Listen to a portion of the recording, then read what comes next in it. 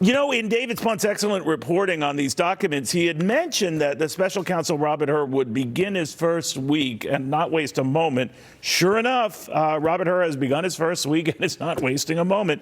David, that's the Justice Department with more. David, what's the latest?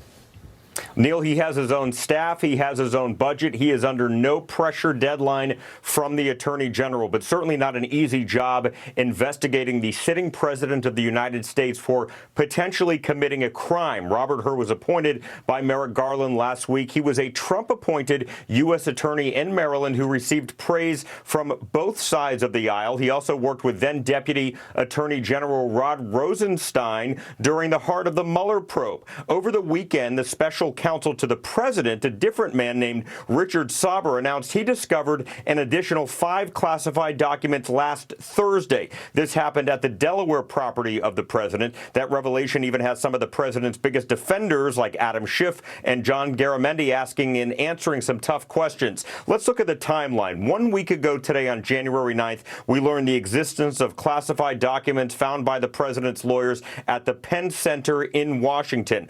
This was a week before the midterm elections. On January 11th, one more document was found at the president's Wilmington home by his personal attorneys. A day later, on the 12th, last Thursday, Attorney General Merrick Garland appointed a special counsel, as I mentioned, Robert Hur. That same day, White House special counsel Sauber found those 5 more documents in Wilmington.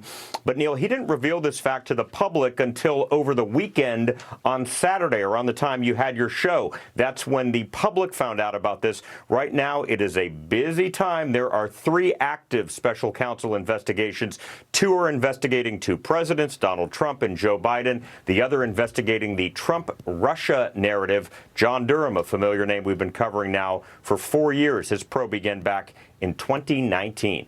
Oh, I almost forgot about that one, David. Thank you very, very much. David Spunt. Let's go to Pat Fallon right now, the Republican Texas congressman, expected to be sitting on the Oversight Committee, which will have its own investigation.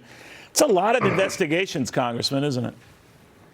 You know, Neil, what's so problematic is, you got 3 different locations and 3 different instances where these documents have been found, and the rumor is that some are as high as top secret, which is the highest classification. So it's very troubling, and it raises questions about national security. How do you guys avoid crossover? I know Jim Jordan at the Judiciary Committee is exploring this. Obviously, you have the counsel and his work. How do you draw the dividing lines on the highway? Well, you know, some committees have joint jurisdiction, and that's the case here. Well, oversight and judiciary rather have a lot of overlap. So what fortunately we have is very good communication between staffs and Chairman Comer and Chairman Jordan. So it creates a bit of synergy when they investigate. I understand. A lot has been made of what the president knew when he knew what to play that whole Watergate line. Not that it's necessarily appropriate here, Congressman, but we do know that the White House, I don't know whether it went all the way up to the president, was aware of these documents back in early November and might have sat on them so as not to be an issue in the midterms. That's a cynical view of that. What do you think of that? Well, that's also problematic, Neil, in so much as the Department of Justice is supposed to be apolitical and nonpartisan. And, they did discover, we know this for a fact, they knew about this before the midterm election, and they sat on it for a couple of months. So why did they do it? What was the motivation behind it? And, yeah, cynically, you would think there was a political aspect to it.